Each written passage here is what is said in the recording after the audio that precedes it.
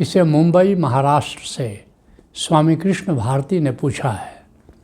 ओशो प्रज्ञा कार्यक्रम के माध्यम से आप क्या बताना चाहते हैं? पहले हम जानें कि ओशो का अनुदान क्या है, ओशो की भूमिका क्या है, किस भूमिका में इस धराधाम पर ओशो प्रकट हुए। भगवान शिव जब शंकर के अवतार में आए तो उन्होंने सनातन धर्म का प्रवर्तन किया। ये घटना लगभग 10,000 साल पहले घटी। सनातन धर्म का चक्र आगे बढ़ा, 2,500 साल तक लगभग जीवंत रूप में आगे बढ़ता चला गया। लेकिन 2,500 साल बीतने के बाद उस धर्म चक्र की रफ्तार कम हो गई और फिर भगवान राम आए, जो भगवान विष्णु के अवतार रहे, और भगवान राम ने फिर से धर्म चक्र का प्रवर्तन किया सनातन धर्म की परंपरा में, और वह धर्म चक्र भी फिर 2,500 साल तक चला। लेकिन इन 2,500 वर्षों में उस धर्म चक्र की रफ्तार कम हो गई और फिर आज से 5,000 साल पहले भगवान विष्णु का अवतार हुआ भगवान कृष्ण के रूप में, और भगवान कृष्ण ने सनातन धर्म में तीसरा धर्म चक्र प्रवर्तन किया। पहला भगवान शिव ने, दूसरा भगवान राम ने और तीसरा भगवान कृष्ण ने किया। और यह धर्म चक्र प्रवर्तन भी लगभग 2,500 वर्ष तक चला और फिर धर्म चक्र की रफ्तार कम हो गई और फिर भगवान बुद्ध आए और भगवान बुद्ध ने धर्म चक्र का प्रवर्तन किया, और वह धर्म चक्र प्रवर्तन भी सनातन धर्म का ही हिस्सा था। भगवान बुद्ध बार बार कह रहे थे, एस धम्मो सनातनो, भिक्षुओं जो मैं कह रहा हूँ वही सनातन धर्म है। लेकिन लोगों ने भगवान बुद्ध के नाम पर एक नया धर्म चला दिया, एक नया कल्ट चला दिया, वो अलग बात है। लेकिन भगवान बुद्ध का जो भी अनुदान है वह सनातन धर्म का ही हिस्सा है। और फिर भगवान बुद्ध का द्वारा जो प्रवर्तित ये धर्म चक्र प्रवर्तन था, यह भी 2,500 साल तक चला। गौतम बुद्ध के हुए अब 2,500 साल से ज़्यादा हो गए और इसकी जीवंतता कम होने लगी, धर्म चक्र प्रवर्तन की रफ्तार कम होने लगी। और फिर ओशो का अवतरण हुआ।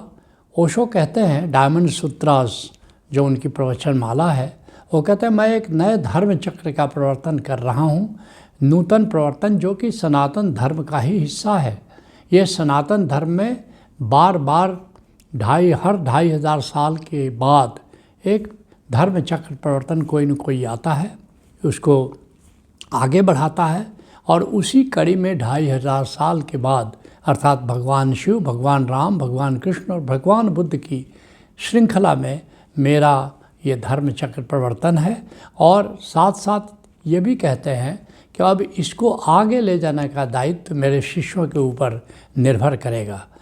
दूसरे शब्दों में कह सकते हैं कि सनातन धर्म के ओशो सनातन धर्म के आधुनिकतम प्रवर्तक हैं, 5वें प्रवर्तक हैं, ऐसा भी कह सकते हैं। लेकिन कुछ लोग ओशो के नाम पर कल्ट बना रहे हैं, केवल ओशो ओशो कहते हैं और ओशो को सनातन धर्म से अलग हट करके देखते हैं। ये ओशो के प्रति अन्याय है, ये सनातन धर्म के प्रति अन्याय है। और दूसरी तरफ एक दूसरे संकीर्ण मानसिकता पनप रही है कि पूना आश्रम की संकीर्ण सोच ने ओशो के कद को छोटा करने में कोई कसर बाकी नहीं रखा। एक तरफ तो ओशो के नाम पर कल्ट बनाने की प्रक्रिया चल रही है और दूसरी तरफ ओशो को गुरु रूप में ही नकारने की प्रक्रिया चल रही है। अब ओशो के नाम पर उन लोगों ने कॉपीराइट लिया हुआ है और इस कॉपीराइट के बंधन में वे ओशो को बांधने चले हैं। जैसे कोई आकाश को जंजीर से बांधने चले, ऐसे ही ओशो के विहंगम स्वरूप को एक कॉपीराइट के बंधन के अंदर बांधने की कोशिश हो रही है। वे यहाँ तक कह रहे हैं कि ओशो गुरु नहीं है, ओशो मात्र एक लेखक हैं, ओशो संत नहीं है, ओशो की आध्यात्मिक व्यक्ति नहीं है। तो ये दूसरी मानसिकता है और दोनों ओशो के साथ अन्याय कर रहे हैं। तो ओशो को सही रूप में, ओशो को सही परिप्रेक्ष्य में प्रस्तुत करने की जिम्मेदारी ओशो के शिष्यों पर है और वही हम कर रहे हैं। ताल कटोरा में 5 दिसंबर 22 को महासत्संग हुआ, जिसमें ओशो के अनुदान को ओशो के अष्टांगिक मार्ग के रूप में उजागर किया गया। ओशो प्रज्ञा जो कार्यक्रम है वो उसी पर आधारित है, ओशो के अष्टांगिक मार्ग पर आधारित है। इसके माध्यम से हम ओशो के अनुदान और सनातन धर्म की वैज्ञानिकता को उजागर करना चाहते हैं। तो वो ओशो का अष्टांगिक मार्ग क्या है, जिसके आधार पर हम सनातन धर्म की वैज्ञानिकता को भी उजागर करना चाहते हैं, ओशो के अनुदान को भी उजागर करना चाहते हैं और ओशो की भूमिका क्या है, ओशो की भूमिका किस रूप में देखी जानी चाहिए, इसको भी प्रस्तुत करना चाहते हैं। ओशो का जो अष्टांगिक मार्ग है उसका पहला जो स्तंभ है, पहला जो पिलर है, वह है जोरबा द बुद्धा। जोरबा का अर्थ है आर्थिक रूप से समृद्धि, आर्थिक समृद्धि, और बुद्धा का अर्थ है आत्मिक समृद्धि।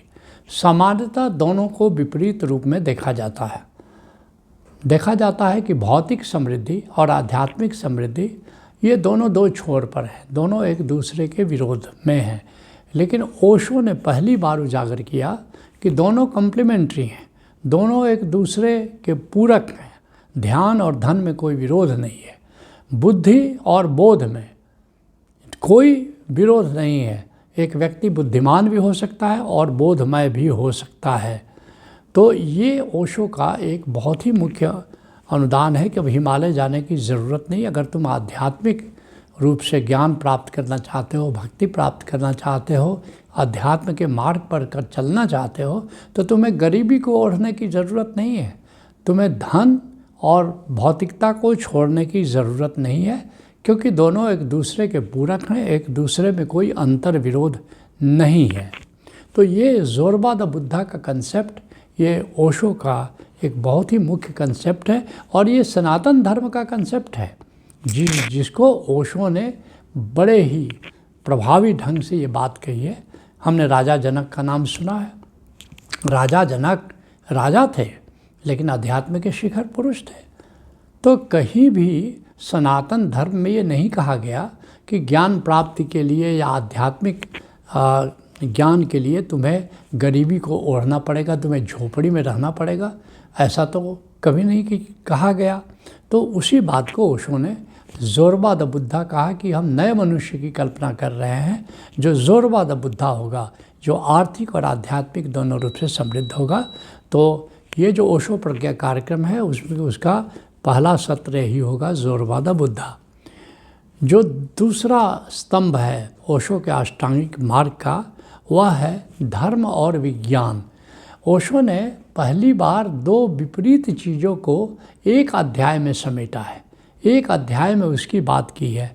सामान्यतः माना जाता है कि धर्म और विज्ञान एक दूसरे के विरोधी हैं। ओशो कहते हैं कि नहीं, धर्म और विज्ञान एक दूसरे के विरोधी नहीं है, बल्कि धर्म और विज्ञान एक दूसरे का पूरक है।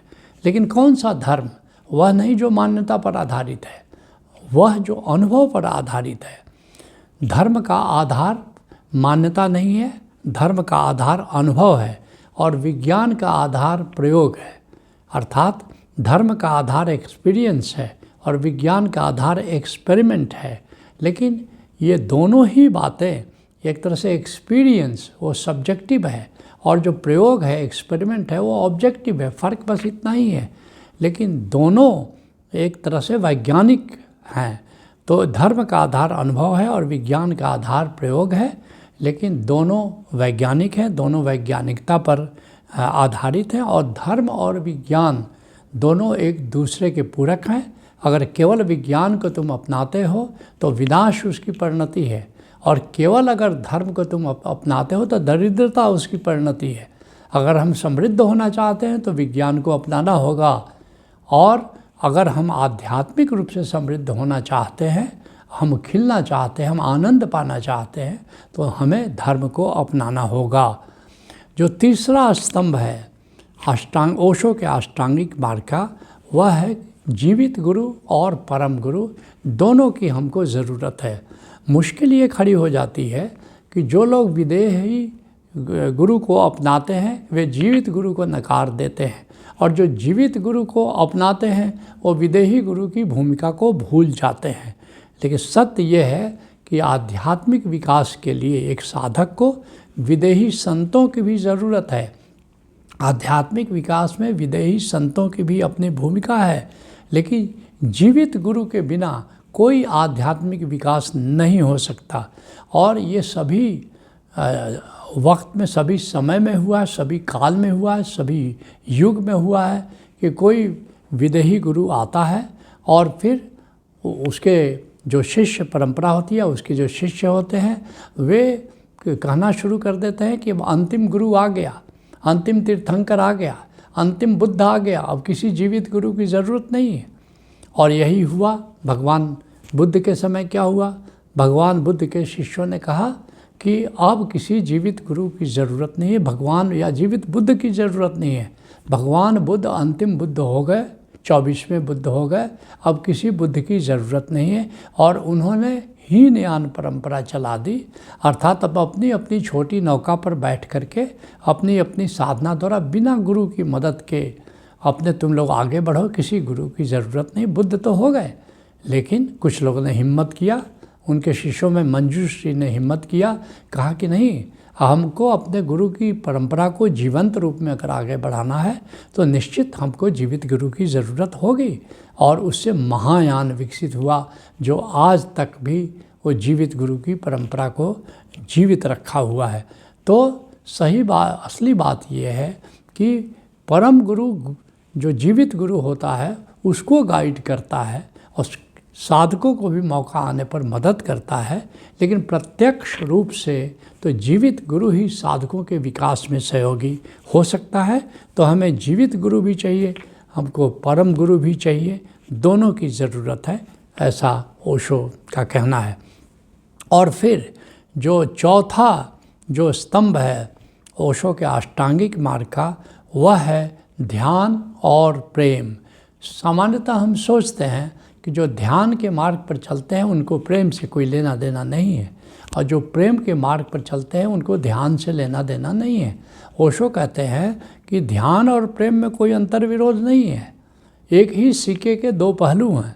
स्वयं को प्रेम करना ध्यान है और दूसरे पर ध्यान देना प्रेम है। ओशो कहते हैं कि अगर तुम ध्यान के मार्ग पर चलते हो, ऐसा हो नहीं सकता कि प्रेम तुम्हारे भीतर प्रकट नहीं हो, और अगर तुम प्रेम के मार्ग पर चलते हो तो ऐसा हो नहीं सकता कि ध्यान उसकी परिणति न हो।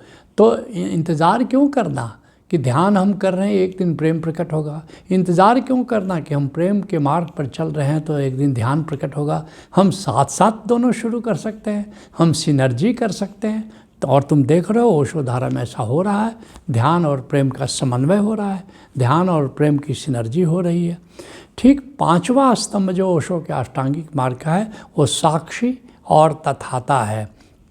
क्या है साक्षी? क्या है? आत्मभाव में जीना साक्षी है, आत्मस्मरण के साथ जीना साक्षी है, और स्वीकार भाव में जीना तथाता है, हुक्म से राजी होकर के चलना तथाता है। तो जो लोग साक्षी मार्ग पर चलते हैं वे सोचते हैं कि तथाता से हमें क्या लेना देना, हमें हुक्म से क्या लेना देना, अपना आत्मस्मरण में जीते हैं। नहीं, ओशो कहते हैं कि साक्षी शुरुआत है, तथाता उसका शिखर है, तथाता एक तरह से उसका उत्कृष्ट रूप है। तो इसलिए ये दोनों को एक साथ लेकर चलना है। हम साक्षी रख करके पुरुषार्थ करेंगे, आत्मस्मरण के साथ हम कर्म करेंगे, लेकिन जो भी फल होता है, जो भी हुक्म हमें देता है, उससे हम राजी होकर के चलेंगे। तो एक पूर्ण मनुष्य के लिए ज़रूरी है कि साक्षी और तथाता दोनों को अपने जीवन में अपनाए। छठा जो स्तंभ है ओशो के अष्टांगिक मार्ग का, वो समाधि और संबोधि है। कुछ लोग ने समाधि को अपनाया, वो संबोधि को भूल ही गए। कुछ लोगों ने ध्यान के मार्ग से संबोधि की यात्रा को अपनाया, लेकिन समाधि को भूल ही गए। असली बात यह है कि समाधि ध्यान का उत्तरार्ध है और संबोधि ध्यान का शिखर है। दोनों का संबंध, चाहे समाधि हो चाहे संबोधि हो, दोनों की बिगिनिंग ध्यान से ही होती है। ध्यान से ही संबोधि का भी जन्म होता है और ध्यान से ही समाधि का भी जन्म होता है। तो हमें समाधि और संबोधि दोनों को अपनाना है, क्योंकि दोनों ध्यान के ही दो पंख हैं। 7वां स्तंभ है ज्ञान और भक्ति।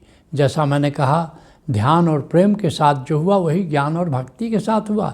कुछ लोगों ने कहा कि हम ज्ञान मार्गी हैं, हम ज्ञान योग हमारा मार्ग है, उन्होंने भक्ति को नकार दिया।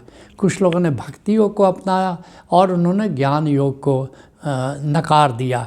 लेकिन ओशो कहते हैं कि ज्ञान का अर्थ है आत्मज्ञान और भक्ति का अर्थ है प्रभु से प्रेम, लेकिन दोनों में अंतर विरोध नहीं है। ज्ञान और भक्ति दोनों का मूल तत्व तो ओंकार है। अगर ओंकार को नहीं जाना तो ज्ञान नहीं हो सकता, तुम आत्मा को नहीं जान सकते, और ओंकार को नहीं जाना तो ब्रह्म को नहीं जान सकते, और ब्रह्म की भक्ति में प्रवेश नहीं कर सकते। इसलिए ज्ञान और भक्ति दोनों ओंकार से पैदा होते हैं, और इसलिए दोनों कोई विपरीत तत्व नहीं है, दोनों वास्तव में एक दूसरे के कम्प्लीमेंट्री हैं। और जो 8वां स्तंभ है ओशो के अष्टांगिक मार्ग का है, वह है आनंद और उत्सव। आत्मा से जुड़कर जीना आनंद है और ब्रह्म से जुड़ कर के जीना उत्सव है। आत्मा और ब्रह्म में कोई विरोधाभास नहीं है। आनंद आत्मा से जुड़ा है और उत्सव ब्रह्म से जुड़ा है, लेकिन आत्मा और ब्रह्म तो एक दूसरे के विस्तार हैं। तो ऐसा तो नहीं है कि आत्मा और ब्रह्म में कोई संबंध नहीं। जब आत्मा और ब्रह्म एक दूसरे से संबंधित है और आत्मा से जुड़ा आनंद है और ब्रह्म से जुड़ा हुआ उत्सव है, तो आनंद और उत्सव, क्योंकि जो उत्सव तो सबके साथ हम मनाते हैं, लेकिन असली बात है समष्टि से जुड़ करके जीना। छोटे रूप में दूसरे की खुशी को देख करके खुश होना उत्सव है, और अपने आनंद को देख करके खुश होना आनंद है। तो आपस में आनंद और उत्सव भी जुड़े हैं। ये दूसरा है कौन? ये सब तो समष्टि के ही हिस्से हैं। तो अल्टीमेटली ब्रह्म से जुड़ करके जीना उत्सव है और आत्मा से जुड़ करके जीना आनंद है। तो निश्चित रूप से ये जो ओशो का अष्टांगिक मार्ग है, इसके माध्यम से हम ओशो के अनुदान को सही परिप्रेक्ष्य में प्रस्तुत करना चाहते हैं, और साथ ही सनातन धर्म से जोड़ करके ओशो को देखा जाए, ये बात भी हम बताना चाहते हैं। और ओशो प्रज्ञा कार्यक्रम की जो आवश्यकता है, इसीलिए महसूस की गई।